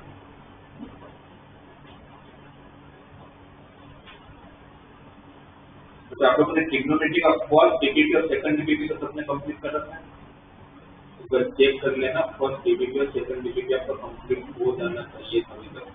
फर्स्ट डीपीपी जो है वो सारे वो वैल्यूज वाले थे, तो मैंने अलग से आप लोगों को डीपीपी दे रखा था मॉड्यूल किया उससे पहले, एक बार चेक कर लेना। फिर भी फर्स्ट डीपीपी सारे वैल्यूज वाले हैं, सेकंड डीपीपी आपके रेंज वाले हैं। अगर नहीं हुआ है तो नेक्स्ट क्लास में हम लोग पहले first DPP second DPP trigonometric ratios and identity का, और अभी जब आप जाओगे तो एक और डीपीपी नहीं मिलेगा जिसमें 10-12 क्वेश्चन जो आज हमने जो डिस्कस किया उसके, ठीक है। ये तीनों डीपीपी आप लोग कंप्लीट करके लाओगे। फर्स्ट डीपीपी सबने कंप्लीट किया हुआ है, अपने क्लास में ऑलरेडी डिस्कस कर चुके हैं। सेकंड रेंज वाला बाकी हो गया है, तो वो आप लोग कंप्लीट कर लीजिएगा।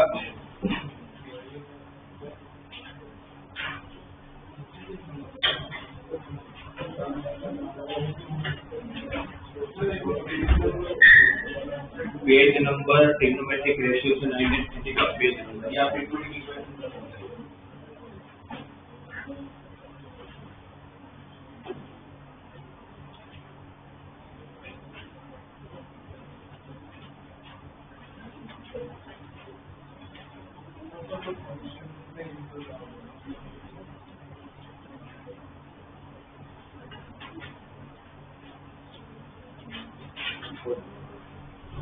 including ratios like 38 पेज और 39 पेज।